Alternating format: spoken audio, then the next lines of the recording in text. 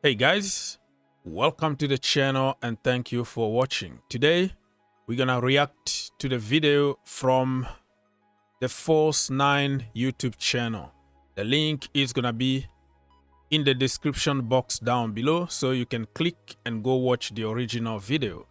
I'm gonna react to Di Maria nightmare at Manchester United and why the fans hate him.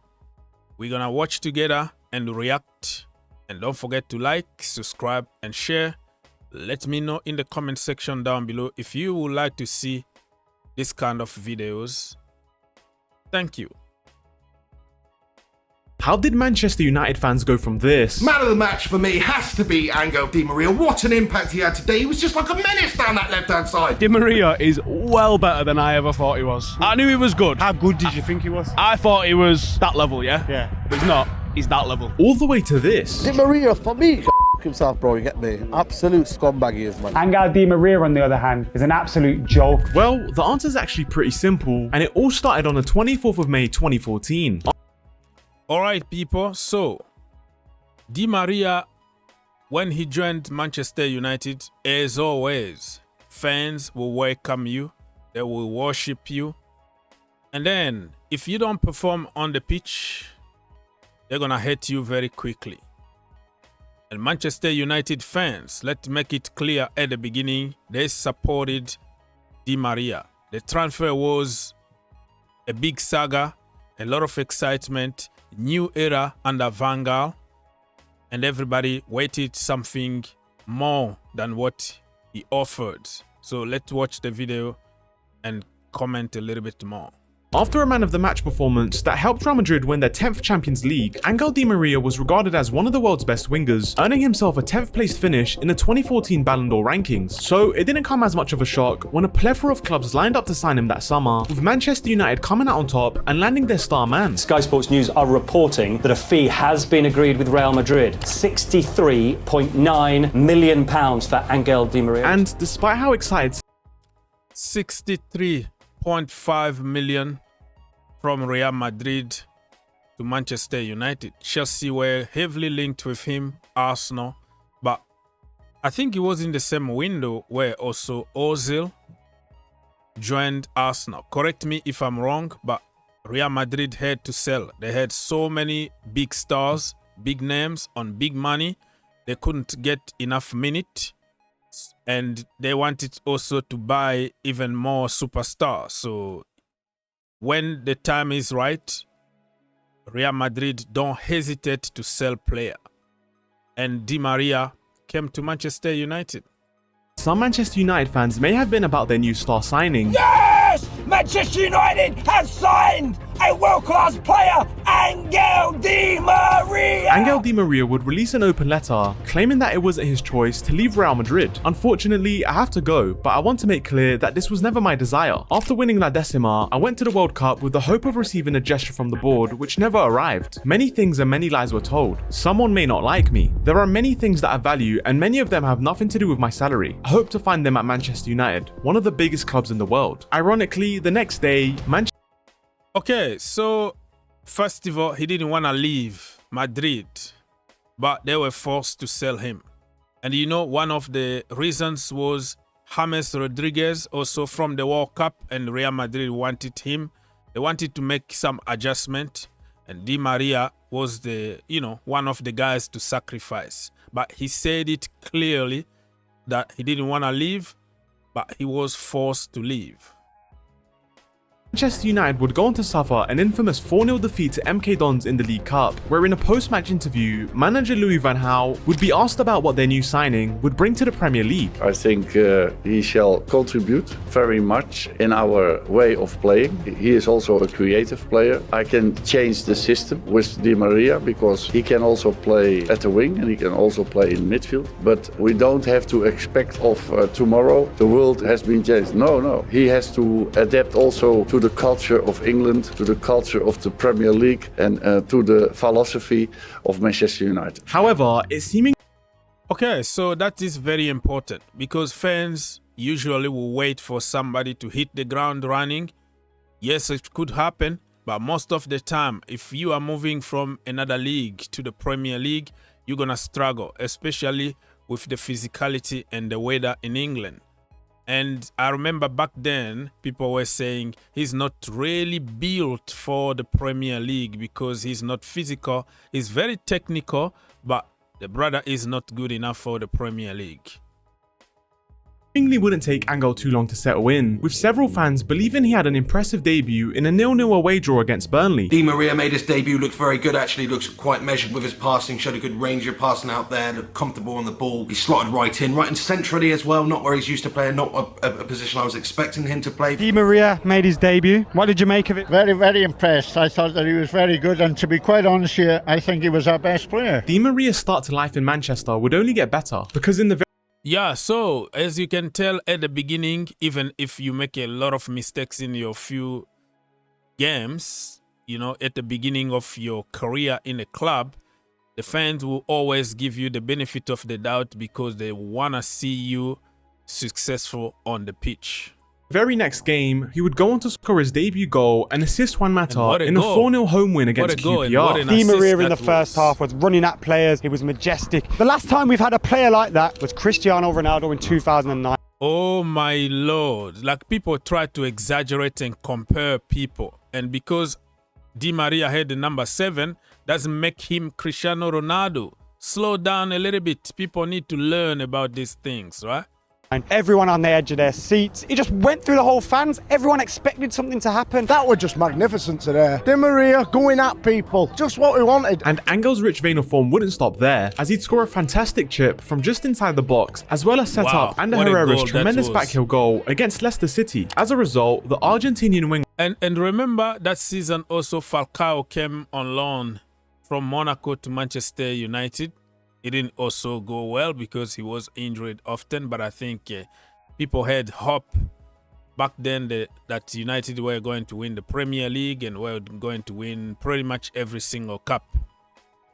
Would win Manchester United September Player of the Month after an impressive 4-goal contributions in just 4 games. Off the pitch, Di Maria continued impressing fans, but this time with his eagerness to learn about the history and culture of Manchester United. The winger visited the club's museum at Old Trafford in early October, where he stated, "It's an honour to wear the number 7 shirt that legends like Best, Cantona, Beckham and Ronaldo did. I hope one day to also be considered a hero for the fans just like they are," and it seemed like he was well.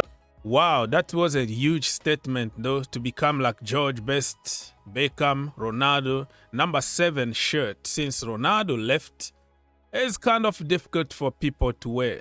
And until now, even Mason Mount took it and everybody's getting on him because they expect you to be like Ronaldo. Depay, Di Maria and other people who try that number is like too heavy for them to handle. Well on his way to achieving that status, because only 3 days later, he was back on the score sheet with a goal and an assist in a 2-1 win over Everton, before assisting Marouane Fellaini in the following game against West Brom. And not only was Di Maria enjoying life on the pitch, but it seemed like he was also enjoying life off of it too. With every day that goes by, I get much more relaxed and settled here. I've got a house and my family are happy. Since the day I arrived, people have shown real warmth towards me. At every corner kick, free kick, or even during open play. Every time I have the ball, I feel they're right behind me. So it wouldn't come as a surprise when Di Maria continued to shine, picking up another 2 assists against Crystal Palace and Arsenal. With 9 goal contributions in his first 12 games at Manchester United, Angel Di Maria was touted to be one of the signings of the season, with the media even calling him a £60 million bargain. But despite Di Maria's fantastic... Oh wow, 69 million bargain that people called him. It's always like that. Like we fans, we are so excited when we sign a new player. We give them names, we say we jump to the bandwagon basically. But in the Premier League, one thing is sure, you're gonna get figured out. You have the best defenders in the league, you have the best managers, you got everything in the Premier League. So slowly and surely you're gonna get found out, and you have to take your level up, you know. Take your game to the next level. If you're still doing the same thing, you're gonna regret. Fantastic start to life in Manchester, no one could have predicted how quickly things were about to come crashing down. I just want to say, if you're enjoying the video so far, please leave a like on it, as these things take quite a while to make. And if you're new here... And yeah, the channel is called The Force 9. You have to go and subscribe to that brother's channel. I think he's doing an amazing work. It takes time, it takes sacrifice, it takes also money, you know, it takes also a lot of risk to make this kind of research and videos, and the clips that you see, it could cause him a lot of problems. So go there and support our brother, and also support this channel and subscribe. And enjoy this type of content, please subscribe. Just 9 minutes into a game against Hull City, Di Maria would make a darting run into midfield before being forced to release the ball, having felt that he might have pulled a muscle. For the next 3 minutes, Di Maria would triumphantly walk around the pitch in pain, keeping the team's shape, and even playing a lovely pass to Wayne Rooney before eventually being substituted for Ander Herrera. And despite his perseverance in staying on the pitch whilst feeling discomfort, Louis van Gaal seemed to be frustrated at the prospect of losing his star player with crucial fixtures coming up. Angel Di Maria, it is always difficult to say. I can say it shall not take 6 months to recover. We have to wait and see for tomorrow, but he shall be out for the match against Stoke City for sure. And unfortunately, Van Gaal was right. Di Maria would pick up a hamstring injury, causing him to not only miss the Stoke City game, but the following 2 fixtures after that. However, after only being out for 3 weeks, he'd return for the next game against Aston Villa, making a 29-minute cameo off the bench. But despite his quick return, Di Maria's performance was considered to be lackluster, as he was playing out of position, and some fans believed he hadn't fully healed from his injury. Angel Di Maria did make a comeback though. He's getting back there. You could tell he's not fit. A few of his shots were just dragged and slow and straight at the keeper. And it seemed that Angel had made a premature return, as he'd suffer another setback, forcing him to miss an additional 3 Premier League fixtures. That is the problem though. Don't rush them. After 3 weeks, he was back on the pitch, and you could immediately tell that the brother is not fit 100%. And on top of that, he was playing out of position.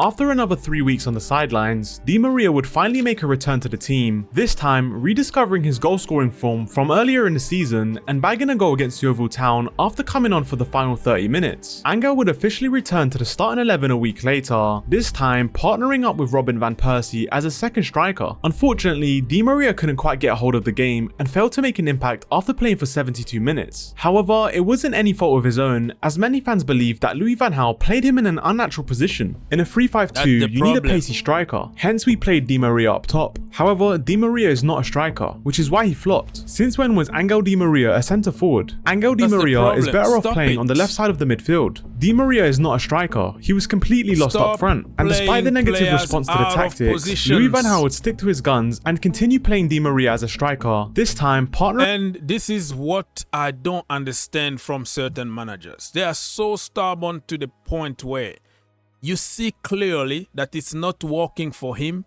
Stop forcing. It's not only him. It's many managers in the Premier League or around Europe. I don't know what they try to achieve. You have other people who can do a better job in that position, but you continue to insist and to force somebody who is not doing good. Partnering him up with Radamel Falcao against QPR, Manchester United would win the game 2-0, but without a goal involvement in his new position, fans still weren't too sure about how Di Maria was being utilised within the team. Louis van Gaal puts Di Maria up front and Rooney in midfield. That doesn't make sense to me. I think we should just put Rooney up front, Di Maria in midfield. And to many fans' surprise, Louis van Gaal did just that, but maybe not exactly how everyone was expecting. In the next game, Manchester United would beat Leicester City 3-1 at Old Trafford, where Angel Di Maria played as an attacking midfielder for the first time. And despite usually playing on the left-hand side, fans would instantly notice an improvement in Di Maria's play, with one person commenting, "Di Maria looked transformed when playing in the middle." And despite not officially counting as an assist, Manchester United's second goal would come from Di Maria's powerful shot that would fall right into the path of Radamel Falcao. However, any positivity that might have come from the victory was quickly shut down, as Di Maria would unfortunately be the subject of an attempted house burglary only hours later. Oh my goodness. Just a few hours after the Leicester City game, Di Maria was having dinner with his wife and daughter when they suddenly heard what sounded like people trying to break into their home. Angel quickly grabbed a knife and rushed over to the patio door where the burglars were trying to break in from, and bravely shouted, one moment," over and over, allowing his daughter and the babysitter time to get upstairs. Cunningly, the babysitter pressed the emergency alarm button, which blared out sirens, scaring away the burglars. Within minutes, police officers and a helicopter arrived at the scene, and although the Di Marias were physically basically unharmed, they were left feeling shaken and unsafe to live in their own home. As a result, Angel moved his family into a hotel where they would stay for the next month while searching for a new home to live in, despite the trauma caused by the burglary. That is shocking though. People just don't realize how your life outside football can affect you. You got attacked by people in your house when you are home with your family. That is really going to take a toll on you. Di Maria continued playing and enjoying his time on the pitch, picking up 2 assists in his next 3 games. And although his goal and assist record was decent up until this point, the Argentinian winger was struggling to replicate his form from his previous season at Real Madrid. And whilst Di Maria was still adapting to life in the Premier League, he felt that a bigger factor for his dip in goal contributions was because of Van Gaal's pragmatic tactical approach and his persistence in playing him out of his favoured position. And to be fair, not only had fans backed up this claim in the past, but it seemed like several journalists agreed with Di Maria's sentiment, with one article thoroughly analysing his in-game data and coming to the conclusion that his best position statistically was on the left wing of a 4-4-2 diamond formation. Di Maria obviously knew this himself, and he would repeatedly express his frustrations to the coaching staff and Louis van Gaal. However, no amount of protesting would change Van Gaal's stubborn approach to his tactics, and actually, this would only sour his relationship with the manager. Tensions between the pair would only worsen, as it seemed that even if Di Maria had a standout performance, Van Gaal would often choose to focus on Di Maria's mistakes during the game rather than giving him credit, which strangely is something that he'd never do with other players. Ganábamos, daba asistencia, goles y todo eso no me lo decía, me decía siempre lo malo.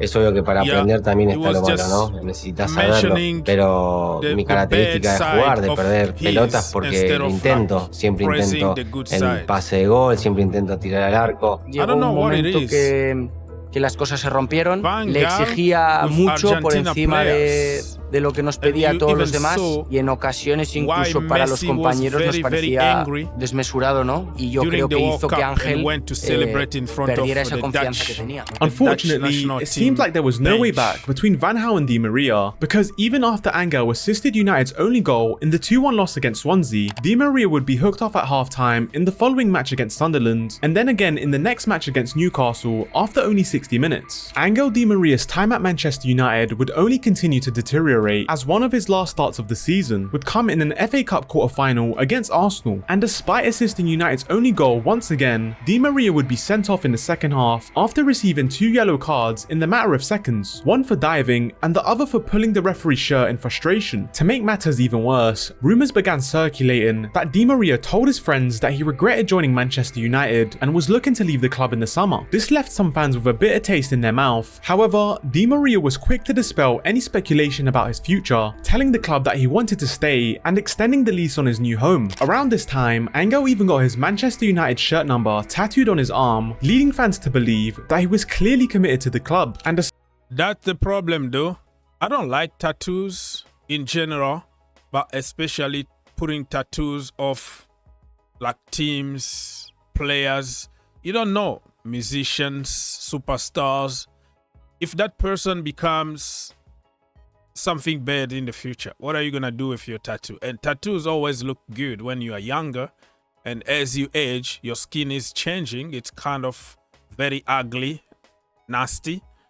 But today's generation, they just cover the entire body with their tattoos and they become really ugly very fast. Tattooing number 7, Manchester United, just tells you you have to be there at least for 1 year. You don't do that immediately because you don't know what could happen. I don't know. Was he thinking that he was going to finish his career at Manchester United? Despite the loyalty that he was showing off the pitch, Di Maria wouldn't get much of a chance to prove himself on the field, as he'd play an average of 20 minutes per game for the remaining 8 matches of the season. Ironically, he still managed to assist twice in that short time, ending his season with 15 goal contributions in 32 appearances. But despite what might seem like respectable stats for some players, Di Maria hadn't reached anywhere near the heights that were expected of him, given that Manchester United had broken the British transfer record to sign him. Some journalists even labelled him one of the worst signings of the 14-15 season. season, despite finishing joint third in the Premier League assist table. However, like many top players, Di Maria was his own harshest critic, and out of everyone, he seemed the most disappointed with his debut season. I'm not happy with my first year in England. I moved here from Real to win titles, and this season has been very bad for me. I'm frustrated because I want to do better. The fans in England have not seen the real Di Maria. I know I can offer a better level, and whilst rumours about his future at Old Trafford began recirculating due to his lack of game time, Angel expressed his determination to win silverware with the Red Devils. Adapting to English football is not easy. People told me the first year for a foreigner here is hard, and that's true. My challenge is not for 1 year, but to become part of the history of Manchester United. With Di Maria having expressed... It's good that he was also blaming himself, but other aspects didn't really help, like the manager playing out of position and your home being attacked and all that didn't help. But he continues to say, listen, man, I have to blame myself. I have to take also responsibility. That shows you that he got a champion character. He want to win.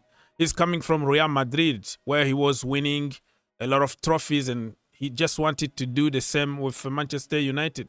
Expressed his commitment to the club various times now, you'd think that rumours surrounding his future at Manchester United would finally start to die down. However, as he joined the Argentinian squad for the 2015 Copa America, the speculation only intensified, with Angel being heavily linked with a move to PSG. Despite this, Di Maria stayed consistent with his previous statements, expressing his desire to stay at United throughout the tournament. And yet, during the months of June and early July, the links were never ending, with reports suggesting that a move to PSG was imminent. Meanwhile, Argentina would reach the Copa America finals, where they would unfortunately fall short to Chile on penalties. As a result, Di Maria and his United teammate Marcos Rojo were granted an extended break before being expected to join the rest of the squad in America for pre-season training. However, a day after they were expected to arrive, Louis van Gaal was asked if Di Maria had flown to San Jose, to which he revealed, "No, I've heard he's not on the plane." Marcos Rojo was also not on the plane. He had passport issues, but for Di Maria, I do not know why. With Angel seemingly going AWOL, his claims of loyalty to Manchester United felt insincere.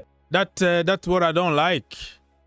I don't like players like would disappear, go missing for no reason. You might have a problem with the club or the manager, but the fans who support you, you have to show them some respect, at least show in training, and then try to solve your problem. If you want to move, you want to go, you can go.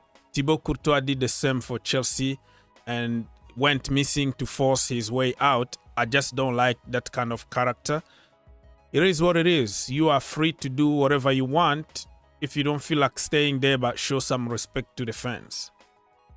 And for some fans, it was the final straw. After all the rumours that have been happening in France, it seems like it is the case that Di Maria is on his way to PSG. But what an idiotic way to go about it. He's taking the piss, to be quite frankly, with a club that pays him millions of pounds a year, and a club that should be respected more by a player like Angel Di Maria, fans that have stood by him throughout a season where he's been hit and miss. Now, for him to leave Manchester United for family reasons, personal reasons, whatever, fair dues, mate. If you want to go off to a lesser league, to Paris, to play for a team that's a lesser team than Manchester United, then that's up to you. And that's exactly what he did. On the 6th of August 2015, PSG announced that they had signed Di Maria for £44.3 million, 15.4 million less than what United had paid for just the year earlier. The next day... Okay, so Di Maria moved to United. From United to PSG, just 1 season after joining Manchester United, and they sold him with a huge loss. But sometimes it's part of the business. If the player don't want to be there and you don't want to evaluate that player and it's just not working for him for one reason or another. This is the end of my reaction. Go watch the rest of the video on the Force 9 YouTube channel, because if I react to the entire video, it's gonna be 2 hours reaction here. So I'm gonna leave it here. Thank you for watching. Please don't forget to like, subscribe, and share. And I will see you next time.